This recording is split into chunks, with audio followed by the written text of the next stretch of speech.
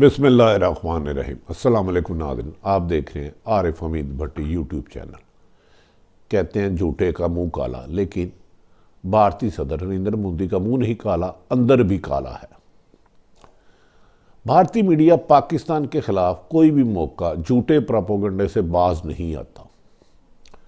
उसकी वजूहात ये हैं कि लद्दाख में चीन ने मार मार के उसकी दौड़ें लगवा दी।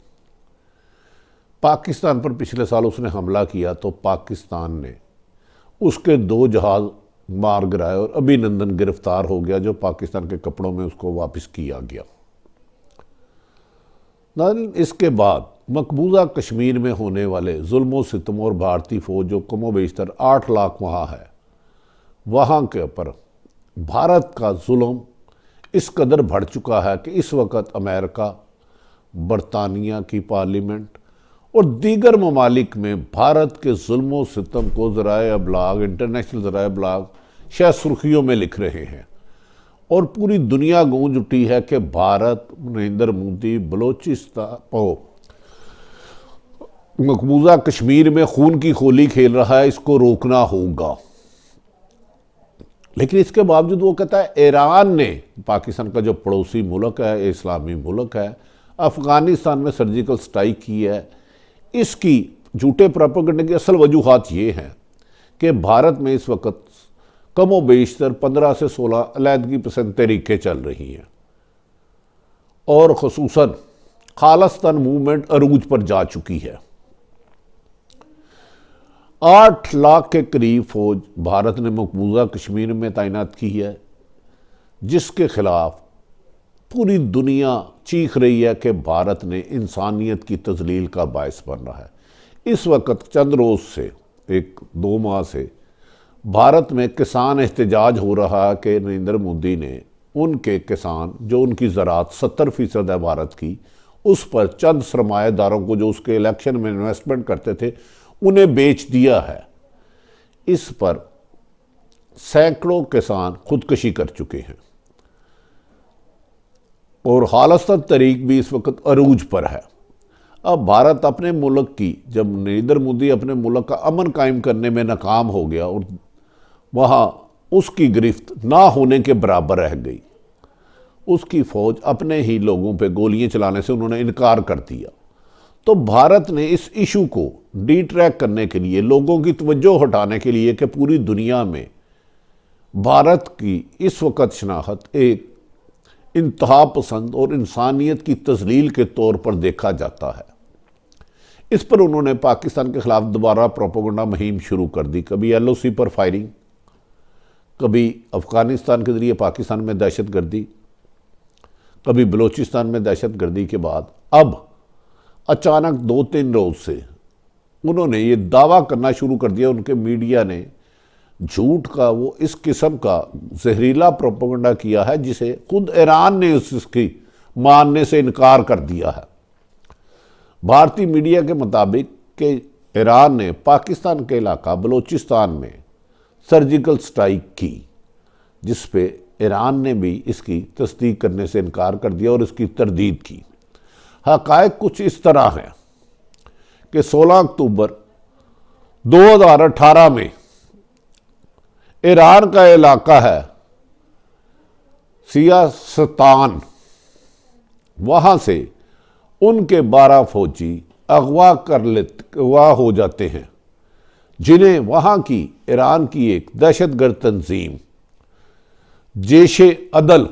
पाकिस्तान के कुछ एरिए में ले आती है, जो पहाड़ी इलाका है जिसमें किसी की कानूनी गिरफ्त नहीं है। वहाँ BLA जो बलूचिस्तान के हिस्से में वारदात दहशतगर्दी करती है, उसे बलूचिस्तान, अफ़गानिस्तान और भारत की भी हमायत हासिल है, जिस पर ईरान पाकिस्तानी फ़ौज को रिक्वेस्ट करता है, हुकूमत को रिक्वेस्ट करता है कि उनके 12 फौजियों को अगवा करके, उन्हीं की एक तंजीम है जैशे अदल, वो पाकिस्तान के इलाके में ले आए, जिस पर पाक फौज खुद इंडिपेंडेंट एक ऑपरेशन करती है, नहायत बेपनाह मेहनत के बाद, दिन रात मेहनत के बाद।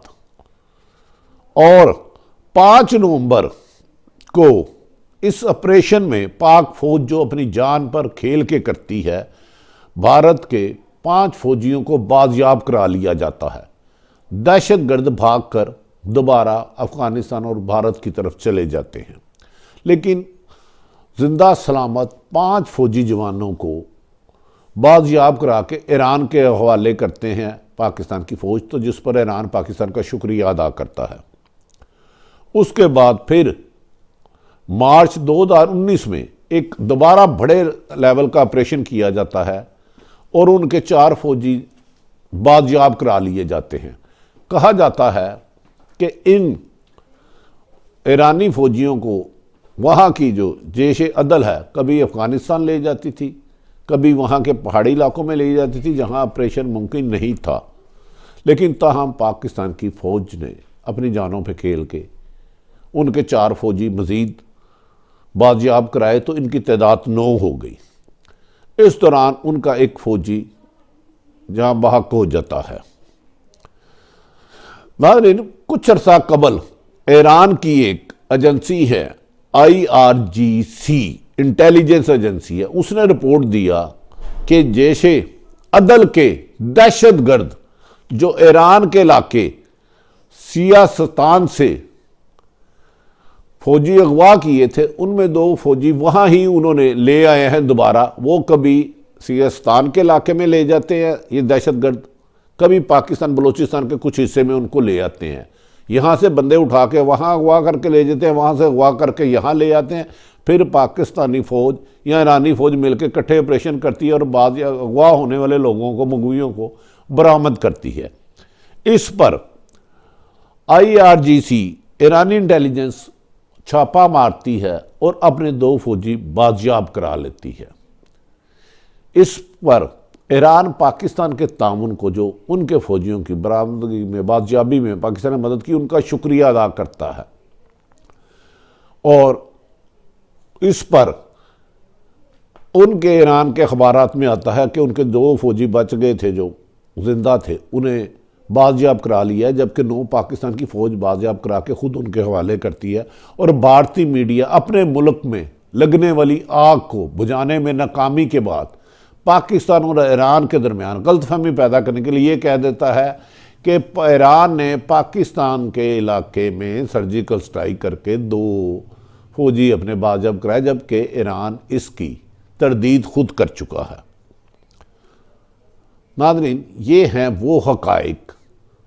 जो दुनिया को पता है, ईरान को पता है, पाकिस्तान को पता है, इंटरनेशनल ज़राए ब्लाग इसको कवर कर चुका है, लेकिन भारत का मीडिया अपने मुल्क में होने वाले जुल्म सितम, नाइंसाफ़ी,